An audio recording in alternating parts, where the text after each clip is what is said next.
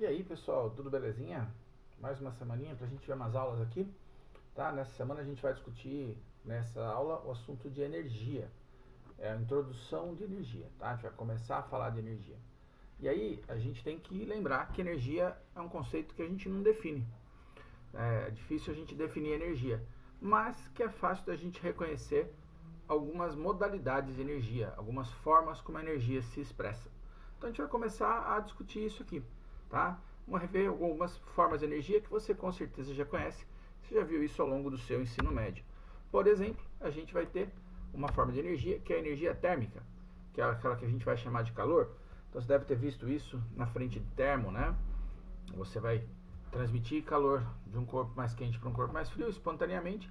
Essa modalidade de transferência aí é uma energia, tá? Chamada de energia térmica, calor. Você tem energia elétrica, né? Energia elétrica a gente estuda desde energias potenciais para cargas individualmente, né? No efeito microscópico, vamos dizer assim, né? A liberação de energia potencial de uma carga em movimento, até a liberação das correntes elétricas, transformação de energia em resistores. Você conhece isso? Você está assistindo esse vídeo agora porque você tem algum dispositivo que utiliza energia elétrica. Energia eólica, que é uma forma de energia cinética, né, dos ventos, energia de movimento. A energia radiante, que é uma energia luminosa, né, que vai se propagar através de ondas eletromagnéticas. No caso aí, principalmente na faixa do visível, né, infravermelho, se a gente quiser transmitir térmica, né, calor, tá? Energia química, que de modo geral são energias liberadas a partir de reações químicas. Pegando dois exemplos aqui para a gente poder ver, né? Se eu tenho alimento e se eu tenho combustível, esses caras armazenam uma certa quantidade de energia. Eu só libero a energia no combustível se a gente tiver a combustão, que é uma reação química. A gente libera a energia no alimento a partir do processo de digestão, que é uma reação química. Então existe uma demanda de certas reações químicas que vão liberar essas energias que estão armazenadas em combustíveis e alimentos. E por aí vai. A gente podia citar outros exemplos de energia aqui. Podia ter energia sonora, a gente podia ter energia nuclear, tá? Na relação dos átomos, do núcleo dos átomos, né? Dos prótons, nêutrons. E por aí vai. A gente poderia ter várias modalidades de energia. O que a gente tem que saber? Que a energia ela não se cria e ela não se perde. Ela se transforma de um tipo em outro. Ela vai se transformar de uma modalidade em outra. Às vezes, a gente tem uma certa dificuldade de fazer a conversão de uma energia em outra, porque o sistema não permite um aproveitamento muito grande. Então, por exemplo, né, um carro que está andando ele tem uma energia cinética. Você pisa no freio, você vai, através do atrito, dissipar essa energia para o ambiente. Vai esquentar lá o disco de freio, isso vai ser dissipado para o ambiente. Essa energia que foi para o ambiente, ela não foi perdida, o ambiente absorveu. Porém, foi perdida na forma, foi dissipada, né, na forma térmica. Eu não vou conseguir esquentar o disco de freio e fazer o carro sair andando de novo. Então, para trazer essa energia de volta de térmica para cinética, o processo às vezes é um pouco mais complicado. Falando em energia cinética, que é isso que vai interessar para mim hoje, a gente vai ter a discussão das energias que vão ser úteis na mecânica. Quais são essas energias que vão ser úteis na mecânica? A energia cinética, que é a energia associada a corpos em movimento, tá? A gente sabe que a energia cinética é obtida por essa expressão, mv² dividido por 2. Então, a energia cinética é mv² sobre 2, em que m é a massa e o v é a velocidade. Tá? A gente vai ter a energia potencial gravitacional. Energia potencial são energias armazenadas no sistema. Quando ela é potencial, quer dizer que ela está armazenada, guardada numa determinada posição. Tá? Esse móvel tem que estar numa posição. Então, ele é armazenado em corpos que estão suspensos em relação a um referencial, em relação a um lugar onde a gente vai chamar de altura zero. Beleza?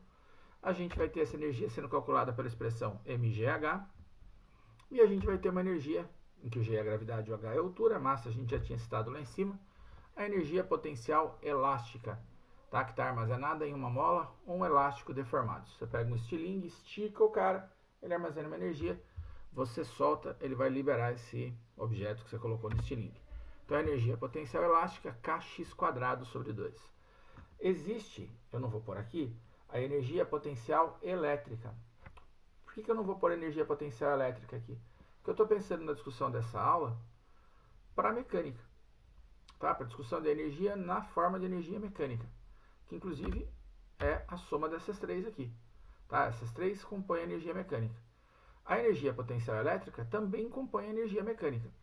Entretanto, o cálculo da energia potencial elétrica ele vai ser mais explorado na eletricidade, quando você for trabalhar com os conceitos de energia, potencial, trabalho de força elétrica, aí você vai ter essa situação lá. Então não vou abordar aqui, não porque ela não exista, não porque ela não faz parte desse assunto, ela faz parte desse assunto, mas eu vou deixar para discutir isso aí numa aula de eletricidade depois, tá bom? Então a energia mecânica vai ser a soma das energias cinética e potenciais. Todas as potenciais, gravitacional, elástica e elétrica, inclusive. Então a gente vai dizer assim, ó, energia mecânica é igual a energia cinética, mais a energia potencial gravitacional, mais a energia potencial elástica, elétrica. Eu vou deixar para a gente discutir num outro momento. Beleza? Então é um assunto que é para ser fácil, não tem para ter muito segredo. Essas expressões de energia, a gente teria como chegar nelas, tá? A partir dos teoremas de energia, mas aí a gente teria que discutir trabalho primeiro. E a ordem que a nossa apostila está apresentando aqui é de abordar as energias antes e falar do trabalho depois. Tá? Então, daria para a gente chegar nessas demonstrações a partir do teorema da energia cinética e o teorema da energia potencial. A gente chegaria nessas mesmas equações aqui, mas por um caminho diferente. Por enquanto, então é legal que a gente saiba modalidades de energia, tá? E as formas de calcular, pelo menos, essas três que são componentes da nossa energia mecânica. Joia?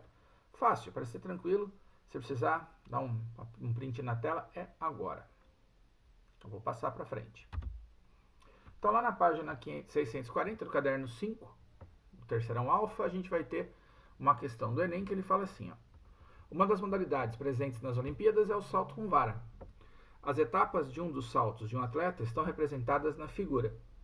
Desprezando-se as forças dissipativas, resistência do ar e atrito, para que o salto atinja a maior altura possível, ou seja, o máximo de energia seja conservada, é necessário que, item A energia cinética representada na etapa 1 seja totalmente energia potencial elástica representada na etapa 4. Vamos lá, ele quer que ele suba o máximo, né? Que ele atinja a máxima altura. Ué, então, se é a máxima altura, eu devo relacionar isso aí com a máxima energia potencial gravitacional, tá? E não com a potencial elástica, por isso que a A não está certa. B. A energia cinética representada na etapa 2. Ó, na etapa 2 a gente já não tem energia cinética só, né? Uma parte aí da energia já está sendo convertida em potencial elástica na vara. A vara ela é flexível, tá? Uma vara de salto com vara, ela é flexível, então ela acumula uma parte de energia potencial elástica. Na 2, aparentemente isso já começou a acontecer. Letra C. A energia cinética representada na etapa 1, e aí beleza, né? O nosso atleta estava só correndo ali, a vara não estava deformada ainda. Cadê a questão aqui? Seja totalmente convertida em energia potencial gravitacional representada na etapa 3. Aí sim, tá? Toda a energia cinética que ele vinha na 1 seja convertida em potencial gravitacional. Quer dizer, eu consiga ter o máximo aproveitamento de altura, tá? Variação de altura, em função da velocidade que a gente tinha no começo. Belezinha? Então a resposta é a letra C. Tá? Questão tranquila, questão que não tem muito sufoco, de transformação de energia. A questão 2 já é uma questão da Unicamp, também não é difícil, de conta, né, de operaçãozinha, bem interessante. Ele fala assim, ó, a energia solar é a única fonte de energia do avião Solar Impulse 2, desenvolvido na École Polytechnique Fédérale de Lausanne, Suíça. Para aproveitar a energia obtida dos raios solares e poder voar tanto à noite quanto de dia, o Solar Impulse 2, de massa aproximada m igual a 2.000 kg, voava em uma altitude e velocidade dia 90 km por hora durante o dia, armazenando energia solar para a noite. Ao anoitecer, o avião descia para altitudes menores e voava a uma velocidade aproximada V-noite de 57,6 km por hora.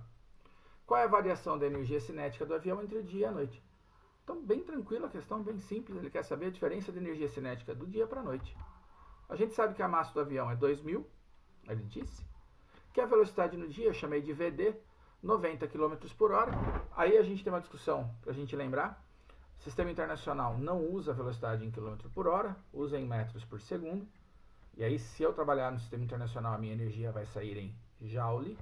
Tá? Então, 90 dividido por 3,6, 25. A gente tem que fazer a conta no sistema internacional.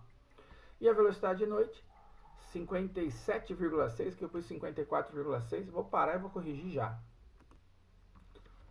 Pronto, eu tinha digitado errado aqui, tinha colocado 54,6, onde é 57,6. Tá? Então eu corrigi, para não ficar errado, que a resolução estava certa. Então dividindo por 3,6, 16 metros por segundo. Então repara que ele diminuiu a velocidade à noite, né? Então ele tem menos energia cinética à noite. Como é que a gente vai calcular então essa diferença? Calcula do dia, calcula da noite, subtrai uma da outra. Questão fácil, ó. Então a gente vai ter energia cinética durante o dia, massa, velocidade ao quadrado sobre 2. Óbvio, vou usar a velocidade do dia. Então eu vou ter 2.000 de massa vezes 25 ao quadrado, dividido por 2. Simplificando 2.000 por 2, dá 1.000. E 25 ao quadrado é 625. Energia cinética de dia, 625.000 joules. Tá? Essa é a energia cinética que o avião mantém durante o dia. Energia cinética da noite, mv quadrado sobre 2, e agora eu vou pegar a velocidade da noite. Energia cinética 2.000 vezes 16 ao quadrado dividido por 2. Divide 2.000 por 2 dá 1.000 e 16 ao quadrado 256. Energia cinética durante a noite, e aqui ficou o dia, então também vou corrigir. Pronto, corrigido. Impressionante, a gente revisa. Tudo bem, né? São vários slides que eu tenho feito todos os dias. E não vejo erro. A hora que eu estou fazendo a apresentação aqui que a gente percebe. Então tá lá, 256.000 energia cinética da noite, tá? 625 do dia. Então reduziu a energia cinética. Ah, professor, não dava para eu ter feito a diferença de velocidade? Não dá. Tá? Não dá porque o quadrado da diferença não é igual à diferença dos quadrados. Tá? Então tem que calcular a energia nos dois períodos para você poder fazer a subtração. A variação da energia cinética do dia menos energia cinética da noite, 625.000 menos 256. Tá? Então variou 369.000 joules a energia entre o dia e a noite. Tá? Essa variação depende, né? Se a gente quiser pensar do dia para a noite, deveria ser negativa, que reduziu, né? Se fosse da noite para o dia, teria aumentado. O que interessa, então, é que teve uma mudança de 369.000 joules.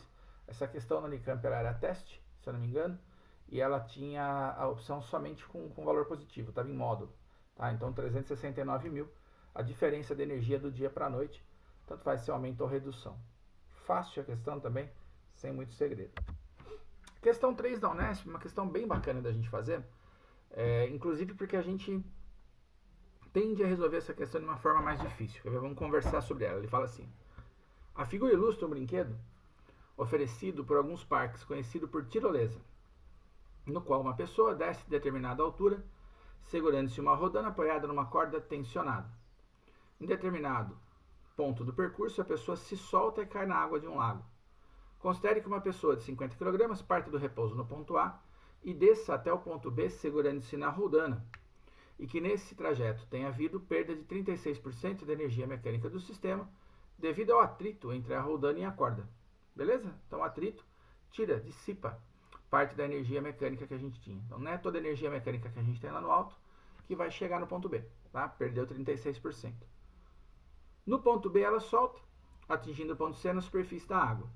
Em seu movimento, o centro de massa da pessoa sofre o desnível vertical de 5 metros mostrado na figura, desde o começo até que ela caia na água, diferença de 5 metros. Admitindo que entre B e C a energia mecânica da pessoa se conserva, por que entre B e C se conserva? Porque aqui eu só vou ter uma resistência com ar, que para essa distância, para essa velocidade pode ser desprezível, tá? Então não tem nenhuma força dissipativa. E adotando-se G igual a 10 metros por segundo ao quadrado, pode-se afirmar que a pessoa atinge o ponto C com uma velocidade em metros por segundo de módulo igual a... Bom, o que eu quero saber está no ponto C. Tá? O que eu quero saber está no ponto C. Entretanto, o ponto B me traz poucas informações. Por quê? Eu não sei qual é a altura que o B está do chão, do nível da água, desculpa. E eu não sei qual é a velocidade dele ao chegar no ponto B. Então, tentar comparar o B e o C vai ser difícil.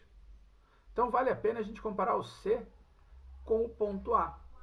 Ô, professor, mas ele perde energia aqui. Então, olha que interessante, ó.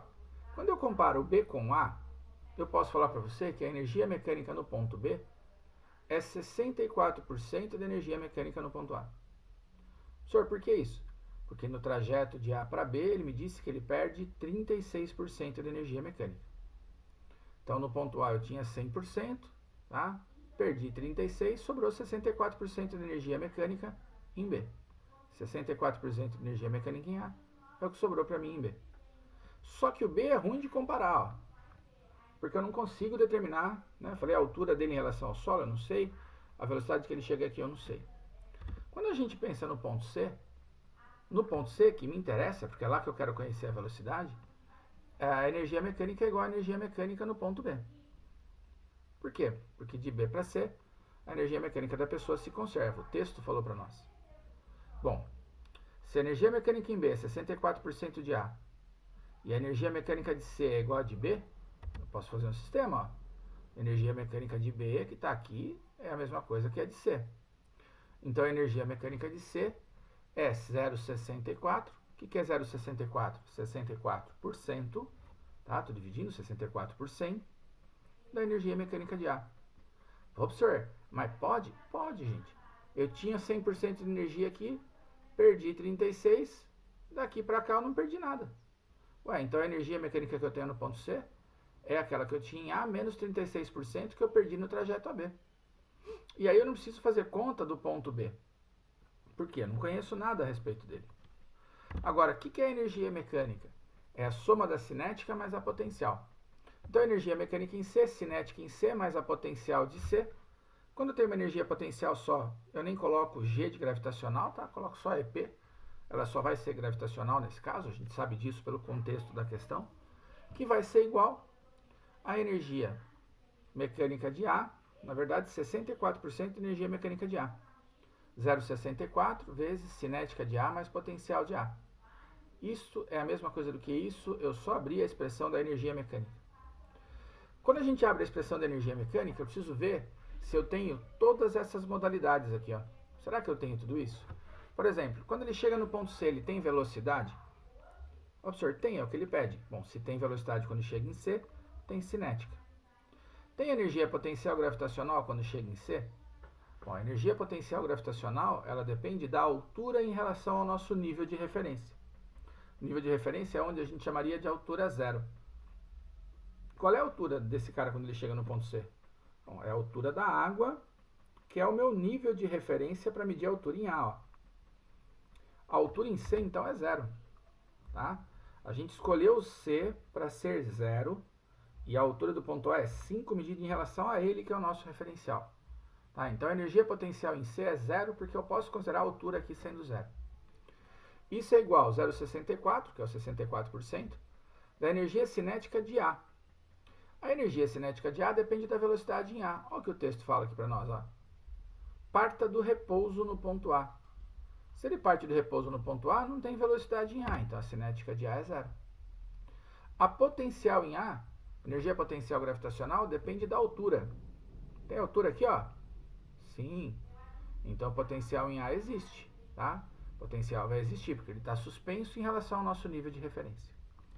Próxima linha, eu vou abrir as expressões. Cinética de C, mvc² sobre 2, igual 0,64. Não preciso mais parênteses, né? Sobrou só um termo. mgh, tá? Em que o h é a altura do A aqui, que vale 5. Olha que bacaninha, ó. Massas, a gente pode simplificar. Posso dividir os dois lados por massa. Tem dos dois lados, nos dois termos eu simplifico. Isso significa que tanto faz a massa da pessoa que está descendo. Ele não vai chegar lá embaixo mais rápido ou mais lento por conta de ter maior ou menor massa, tá? Tanto que, apesar dele ter dado a massa para nós, a gente acabou simplificando. Então, se eu tivesse pessoa de 50 quilos ou de 100 quilos, a massa dos dois lados ia cancelar. Sobrou pra gente o seguinte, ó. VC² sobre 2, que eu não sei quanto que vale, é o que eu quero saber, igual a 0,64 vezes G vezes H. Tá, vou pegar o 2 que estava dividindo aqui, esse 2 aqui, e mandar multiplicando. VC² é igual a 2 vezes 0,64, vezes G, que é 10, vezes o H, que é 5. Ó, 2 vezes 5 dá 10, vezes 10, 100, vezes 0,64, 64. A velocidade de C ao quadrado vale 64. VC é a raiz de 64, VC dá 8 metros por segundo na alternativa A. Belezinha? Vou aproveitar e vou fazer a última questão da aula. É uma questão da FUVEST, ela tem um contexto meio complicado, mas ela é bem legal. E ela vai ter uma ligação, vai ter uma relação com algumas coisas que vocês vão ver em química, tá? Então diz assim: na estratosfera há um ciclo constante de criação e destruição de ozônio. Nossa, enroscou agora aqui, hein? A equação que representa a destruição de ozônio pela ação da luz ultravioleta solar UV é O3, aí incide UV, forma O2 mais O. O gráfico representa a energia potencial de ligação entre um dos átomos de oxigênio que constitui a molécula de O3 e os outros dois, como função da distância de separação R. Vamos entender lá. Quando a gente fala de energia de ligação, a energia ela é negativa. Tá? Quando a gente tem uma energia entre dois objetos, dois corpos, e ela é negativa, é porque ela tende a manter esses dois caras juntos. Isso vale para a energia potencial elétrica, tá? Vale para energia potencial elétrica, vale para energia de ligação, vale para energia potencial gravitacional, quando a gente estuda os corpos a uma determinada distância, quando ela não é mgh. A gente diz que a energia potencial de dois corpos é menos g, constante gravitacional, emão eminho, sobre d, sobre a distância entre eles. Então esse negativo que aparece aqui é porque é uma energia de ligação, uma energia que tende a manter os corpos juntos. Tá? Então ela tende a manter esses três átomos juntos. Beleza? A frequência dos fótons da luz ultravioleta, que corresponde à energia de quebra de uma ligação da molécula do ozônio para formar uma molécula de O2 e um átomo de oxigênio, é aproximadamente. Então vamos lá. Quando ele fala lá que incide UV, incide uma radiação ultravioleta. Essa radiação ela transporta uma energia que aqui ó, ele deu pra gente. Ó. Note a dot E igual a H vezes F, a equação de Planck, em que é a energia do fóton, F é a frequência da luz, o H é uma constante, e ele dá uma dica para nós. Ele fala assim, ó, a energia potencial U final, quando a molécula quebra, é zero. Ué, então a minha energia potencial era isso aqui, né, de ligação máxima, e na quebra essa energia vai ser zero. Então o que eu preciso fazer? Eu preciso fornecer uma quantidade de energia para esse átomo de O3, tá? Para essa molécula, na verdade, de tal modo que ela, ao absorver essa energia, se rompe em duas partes e tenha zero de energia potencial final. Tá? Então a gente acaba dizendo que a energia mecânica final ela vai ser igual à energia mecânica inicial. Quem que é a energia mecânica final? É o U, né? A energia potencial final. E a mecânica inicial? Era o U inicial mais a energia do fóton que vai incidir. Eu vou escrever uma linha a mais aqui para ver se a gente entende melhor a ideia. No final do meu processo, ó, eu vou precisar ter zero de energia. Esses átomos estão desligados, eles não estão se atraindo mais. Tá? Eles não estão próximos para ter uma atração relevante. Ó. Quando a distância é muito grande, cai para zero. Então, o U final, a energia potencial final é zero. E eu nem gerei velocidade para nenhum deles. Eu simplesmente separei, eu desliguei, desfiz a ligação. Então, minha energia potencial final, minha energia mecânica final é zero. Como é que eu faço para a energia mecânica final ser zero? No começo ela tinha que ser zero também. Só que a potencial aqui ó, era negativa máxima. Tá? A gente pega o valor máximo de menos 6 vezes 10 a menos 19. O que eu preciso fazer? Eu preciso dar uma energia do fóton que zere essa energia de ligação que eu tenho. Tá? Essa é a sacada dessa questão e é isso que a gente tinha que pensar nela. E talvez em química, o professor de química vai abordar isso com vocês bastante. Então assim, qual é a quantidade de energia que eu tenho que fornecer para zerar essa energia de ligação? Ou seja, para desligar esses átomos. No caso, essa energia que a gente fornece é a energia do fóton, então ela vai ser H vezes F. E a energia de ligação, te falei, era o menos 6 aqui. Quando a gente passa, né, o 6, troca de lado, soma dos dois lados, aí faz como você achar melhor, H vezes F vai ser igual a 6 vezes 10 a 19. Faz sentido, né? Se a energia de ligação é menos 6 vezes 10 a menos 19, eu preciso dar 6 para zerar essa energia. Então eu dou 6 vezes 10 a 19 na energia do fóton, que é H vezes F. O H a gente vai dividir, mandar dividindo. 6 com 6 a gente simplifica, vai dar 1. E aí eu tenho uma divisão de potências de mesma base. Menos 19, menos 34. Menos com menos dá mais. Então, menos 19 mais 34, 1 vezes 10 a 15 Hz. Que é mais ou menos ali mesmo a faixa em que a radiação entra em ultravioleta. Beleza? Exercícios de aula não eram tão complicados, essa tinha um contexto mais diferente, mas está resolvido aí.